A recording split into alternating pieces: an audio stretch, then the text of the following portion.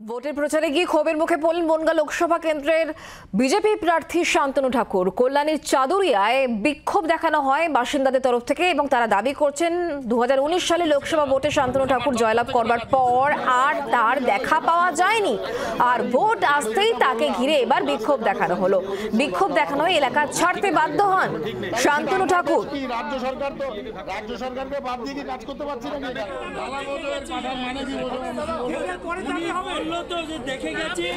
বিশ্বজিৎ মিত্র এই মুহূর্তে আমাদের সঙ্গে রয়েছেন, আমাদের প্রতিনিধি টেলিফোন লাইনে। বিশ্বজিৎ, শান্তনু ঠাকুরকে ঘিরে ধরে দেখা যাচ্ছে যে সাধারণ মানুষজন তারা বিক্ষোভ দেখাচ্ছেন, কি তাদের অভিযোগ এবং তার পরিপ্রেক্ষিতে শান্তনু ঠাকুরই বা কি বলছেন?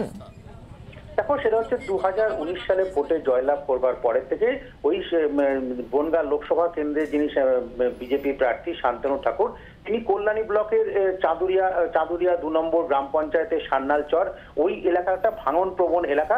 দীর্ঘদিন ধরে এখানকার স্থানীয় বাসিন্দা তারা দাবি জানিয়ে আসছিল যে গঙ্গার ভাঙন রোধের ক্ষেত্রে যে স্থায়ী সমাধান, এবং বারবার প্রতিশ্রুতি মেলা সত্ত্বেও সেখানে কোনো রকম কোনো কাজ না হওয়াতে আজকে তিনি যখন শেষ বেলায় প্রচারে আসেন ওই এলাকাতে, তখন স্থানীয় বাসিন্দা তাকে ঘিরে ধরে বিক্ষোভ দেখানো হয় এবং তাদের যেটা একটাই দাবি যে গত 5 বছর তাকে দেখা যায়নি এই এলাকাতে, এবং ভাঙন রোধের ক্ষেত্রে তারা বারবার কথা দিয়েছিল ভাঙন রোধ করবে, কিন্তু সেখানে একটা ইট পর্যন্ত সেখানে পড়েনি, যার জন্য সেখানকার এলাকার বাসিন্দা তাকে ঘিরে ধরে বিক্ষোভ দেখানো হয়। যে বারবার তাদেরকে বলা হয় যে ভাঙন রোধের ক্ষেত্রে তাদেরকে বলা হলো, এখনো পর্যন্ত কোনো কাজ না হওয়াতেই তাকে ঘিরে বিক্ষোভ দেখানো হয় এবং শেষমেশ তিনি এখান থেকে কিছুক্ষণ মানে মিনিট 5 পর তিনি এখান থেকে চলে যান বলে এমনটাই খবর।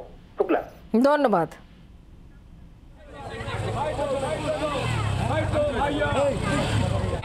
প্রায় মারপিট করার মতো অবস্থা।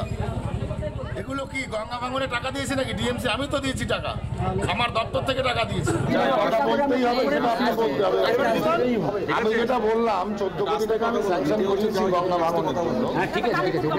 তাহলে সেটা আমার দোষ কি? রাজ্য সরকারকে বাদ দিয়ে কি কাজ করতে পারছি না? বাংলার আওয়াজ, বাঙালির আবেগ, জি 24 ঘন্টা।